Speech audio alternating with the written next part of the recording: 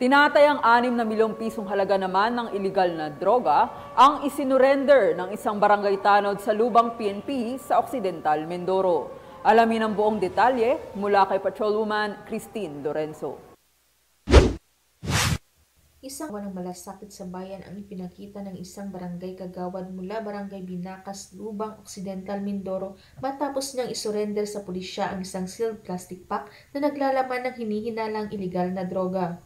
Ayon sa ulat ng Lubang Municipal Police Station, habang naglalakad ang kagawad sa Dalampasigan noong ika-28 ng Agosto, bandang alas 6 ng umaga, natagpuan niya ang isang sky blue plastic pack na may lamang puting kristal na substansya. Agad niyang inisip na ito ay maaaring shabu na tinatayang tumitimbang ng 1,000 gramo na may halagang 6.8 million pesos. Agad na kumilos ang mga otoridad matapos itong isuko ng kagawad.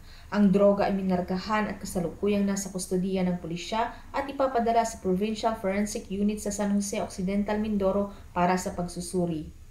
Ang hakbang na ito ng kagawad ay nagpapakita na ang bawat mamamayan ay may mahalagang papel sa pagpapanatili ng kaayusan at kapayapaan sa bansa. Ang kanilang pakikipagtulungan sa mga otoridad ay susi upang makamit ang inaasam na kapayapaan at seguridad ng bagong Pilipinas. Mula dito sa Calapan City, Oriental, Mindoro, ako ang inyong PNN Correspondent, Patrolwoman Christine Lorenzo, alagad ng batas, tagataguyod ng Balitang Pulis.